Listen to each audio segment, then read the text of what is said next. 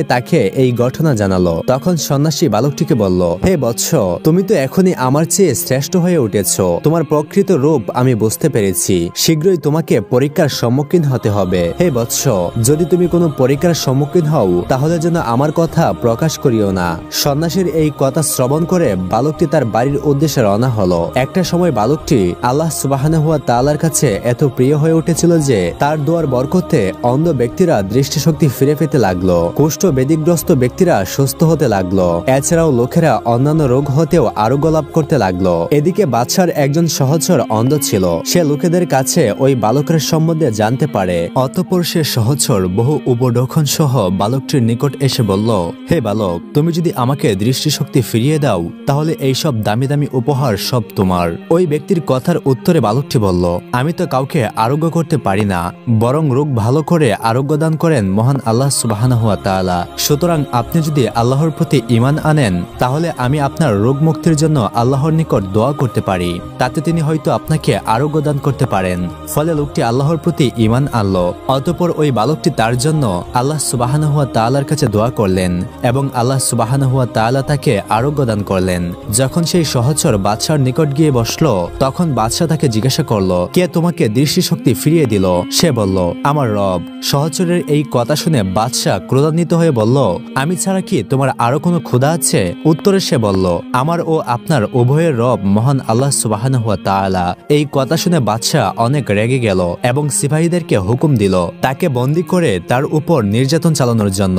অবশেষে সেই সহচর বালকটির নাম প্রকাশ করে দিল। তারপর বালকটিকে বাদশার দরবারে আনা হলো। বাদশাহ তাকে বললেন, হে বৎস, আমি জানতে পারলাম যে তুমি তোমার জাদু দ্বারা অসংখ্য অন্ধ ও কুষ্ঠ রোগীদের রোগ নিরাময় করছো এবং অন্যান্য কঠিন রোগও নিরাময় করছো। বাদশার এই কথার জবাবে বালকটি বলল, হে মহামান্য বাদশাহ, আমি কাউকে রোগমুক্ত করি না, রোগমুক্ত করেন মহান আল্লাহ সুবহানাহু ওয়া তাআলা। বালকের এই উত্তর শুনে বাদশাহ তাকে পাকড়াও করে এবং তার উপর অসহ্যকর নির্যাতন চালাতে থাকে। এক পর্যায়ে সেই বালকটি ওই আল্লাহওয়ালা ব্যক্তির কথা প্রকাশ করে দেয়। অতঃপর বাদশার আদেশে ওই আল্লাহওয়ালা ব্যক্তিকে ধরে আনা হলো এবং তাকে বলা হলো, তুমি তোমার ধর্ম পরিত্যাগ করো। কিন্তু সন্ন্যাসী তাতে রাজি হলো না। তখন বাদশার আদেশে করাত দিয়ে তার মাথা ও শরীরকে দ্বিখণ্ডিত করে ফেলা হলো। তারপর বাদশাহ তার সেই সহচরকে তার ধর্ম ত্যাগ করতে বলল, কিন্তু সে তার ধর্ম ত্যাগ করতে রাজি হলো না। ফলে সহচরকেও করাত দিয়ে চিরে দ্বিখণ্ডিত করা হলো। সবশেষে বালকটিকে বাদশার দরবারে হাজির করা হলো।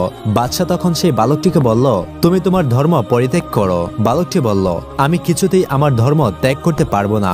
তখন বাদশাহ তার সিপাহীদেরকে ডেকে বলল, তোমরা এই বালকটিকে অমুক পাহাড়ে নিয়ে যাও। যখন তোমরা পাহাড়ের চূড়ায় পৌঁছাবে তখন তাকে ধর্ম পরিত্যাগ করতে বলবে। সে যদি অস্বীকার করে বা তার ধর্ম ত্যাগ করতে রাজি না হয় তাহলে তোমরা তাকে সেখান থেকে ছুঁড়ে নিচে ফেলে দেবে। এরপর সিপাহীরা বালকটিকে নিয়ে পাহাড়ের উপর উঠল। তখন বালকটি আল্লাহর দরবারে দুই হাত তুলে দোয়া করলো, হে আল্লাহ, তোমার যেভাবে ইচ্ছে হয় সেভাবেই তুমি আমাকে এদের কাছ থেকে রক্ষা করো। তৎক্ষণাৎ পাহাড়টি কম্পিত হতে শুরু করলো এবং সিপাহীরা পাহাড়ের নিচে পড়ে মারা গেল।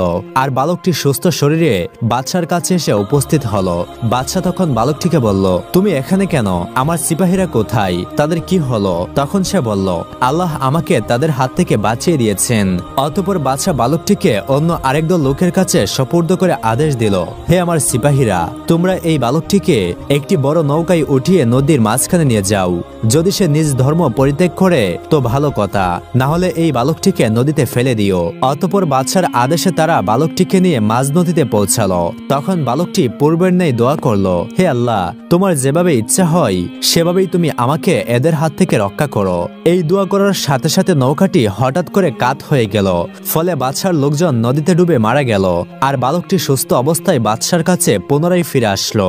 বাদশাহ তখন বালকটিকে বলল, তোমার সঙ্গীদের কি অবস্থা? বালকটি বলল, আল্লাহ আমাকে তাদের হাত থেকে রক্ষা করেছেন।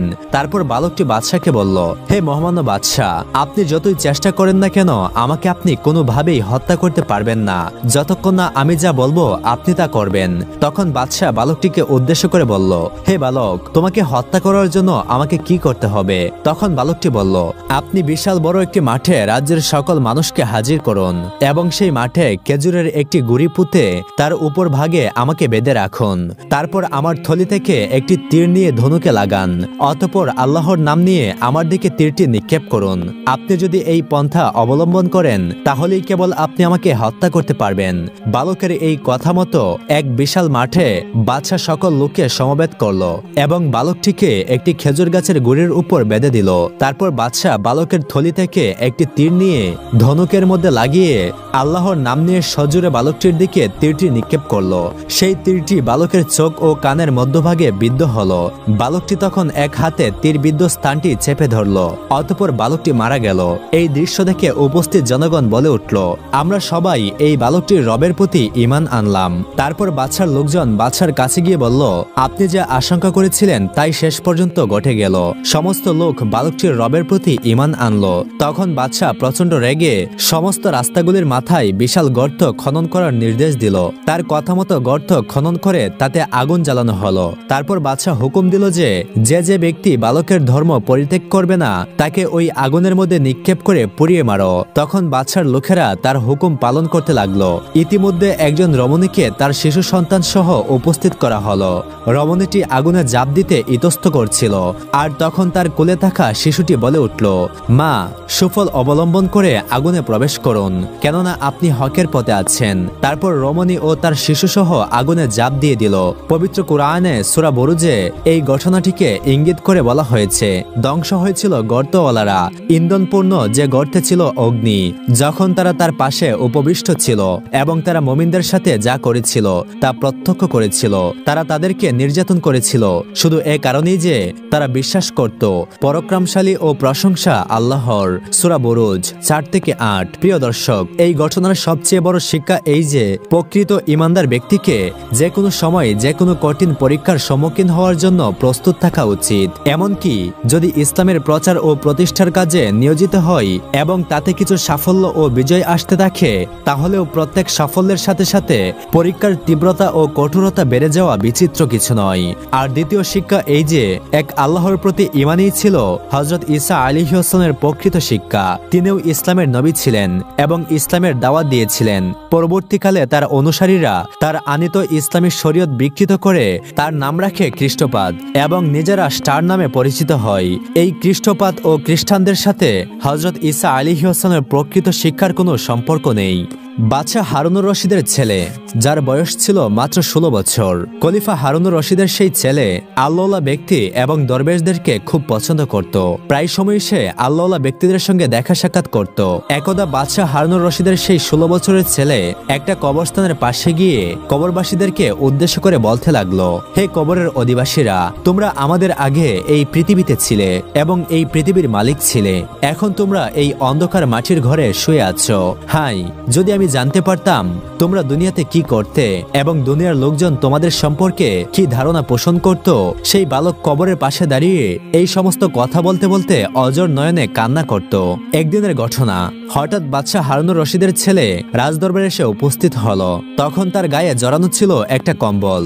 রাজদরবারে তখন মন্ত্রী পরিষদের সদস্যবর্গ ও পদস্থ কর্মকর্তাগণ উপস্থিত ছিল। তারা বাদশার ছেলেকে একটি কম্বল জড়ানো অবস্থায় দেখে মন্ত্রীগণ পরস্পর বলাবলি করছিল যে শাহজাদার নোংরা চলাচলের ফলে বাদশাহ হারুনুর রশিদের সুনাম নষ্ট হচ্ছে। তখন এক মন্ত্রী বাদশাহ হারুনুর রশিদকে বলল, হে মহামান্য আমিরুল মুমিনিন, আপনি যদি এই ব্যাপারে শাহজাদাকে একটু সতর্ক করতেন তাহলে হয়তো সে সুপথে ফিরে আসতো। মন্ত্রীর এই কথা শুনে খলিফা বাদশাহ হারুনুর রশিদ তার ছেলেকে ডেকে বলল, হে বৎস, তোমার নোংরা চলাচল আমাকে অপমান করছে। রীতিমতো এটা নিয়ে সবাই বলাবলি করছে, তাই আমি যা বলি তা তুমি মনোযোগ দিয়ে শোনো। ওই দরবারের গম্বুজের মধ্যে তখন বসা ছিল একটা পাখি। সে পাখিটা হারুনুর রশিদ এবং তার ছেলের কথাবার্তাগুলি শুনছিল। বাদশার বক্তব্য শুনে যুবক ওই পাখিকে উদ্দেশ্য করে বলল, হে পাখি, তোমার সৃষ্টিকর্তা আল্লাহর শপথ, তুমি আমার হাতে এসে বসো। পাখিটি যুবকের এই কথা শুনে তার হাতে এসে বসলো। তারপর যুবক আবার বলল, হে পাখি, তুমি আগে যেখানে বসেছিলে আবার সেই স্থানে চলে যাও। তখন সেই পাখিটি যুবকের আদেশ পালন করলো এবং আগের জায়গায় গিয়ে বসে পড়ল। যুবকের এই অস্বাভাবিক ঘটনা প্রদর্শনের পর সে তার পিতার খেদমতে আরজ করলো, আব্বাজান, প্রকৃতপক্ষে দুনিয়ার মহব্বতের কারণে আপনি আমাকে ঘৃণা করছেন, সুতরাং আমি আপনাকে ত্যাগ করার সিদ্ধান্ত নিয়েছি। এই বলে যুবক রাজমহল থেকে বের হয়ে গেল এবং সেই যুবক একটি কোরআন শরীফ সঙ্গে নিয়ে রাজপ্রাসাদ ত্যাগ করে পথ চলতে আরম্ভ করলো। তখন তার সঙ্গে শুধুমাত্র একটি মূল্যবান আংটি ছাড়া সফরের অন্য কোনো সামানা ছিল না। অতঃপর সে অচেনা পথে কোথায় যাবে, রাত্রে কোথায় আশ্রয় নেবে দেবে এবং আহারের প্রয়োজনই বা কিভাবে মিটাবে। সে যুবক শুধু এতটুকুই জানত যে এই নোংরা দুনিয়ার সকল ভোগবিলাস ত্যাগ করে চিরস্থায়ী আল্লাহকে পেতে হবে। সুদীর্ঘ সফরের পর যুবক ইরাকের বজরা শহরে এসে উপস্থিত হলো। অতঃপর যুবক সেখানে দিনমজুরের কাজে নিযুক্ত হলো।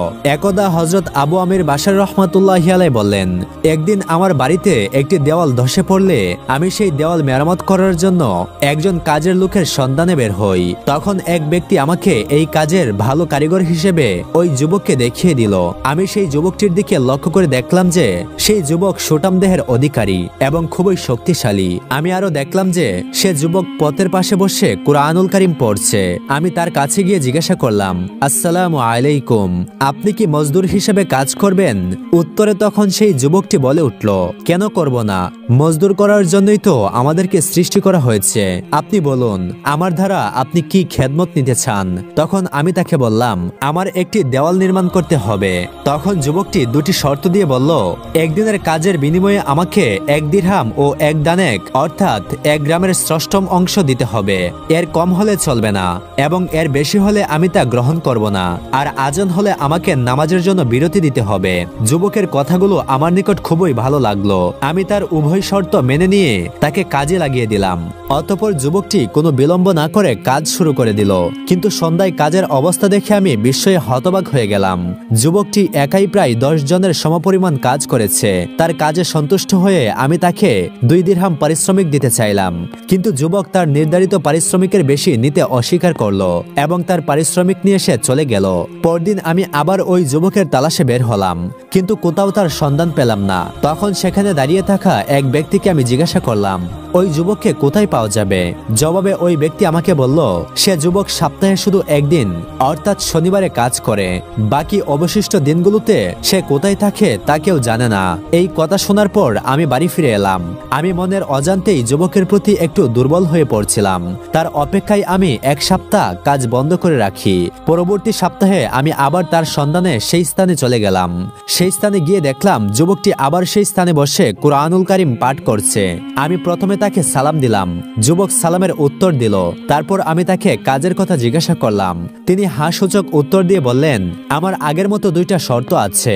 একদিনের পারিশ্রমিক হিসাবে আমাকে 1 দিরহাম ও 1 দানেক অর্থাৎ 1 গ্রামের ষষ্ঠম অংশ দিতে হবে এবং আমাকে অক্তমতো নামাজের সময় দিতে হবে। আমি সে যুবকের কথাই রাজি হয়ে গেলাম। যথাসময়ে আবার তাকে নিয়ে আমি বাড়িতে আসলাম। অতঃপর সে পুনরায় কোনো বিলম্ব না করে কাজ শুরু করলো। যখন সে কাজ শুরু করলো তখন আমি আড়াল হতে যুবকের কাজের পদ্ধতি লক্ষ্য করছিলাম।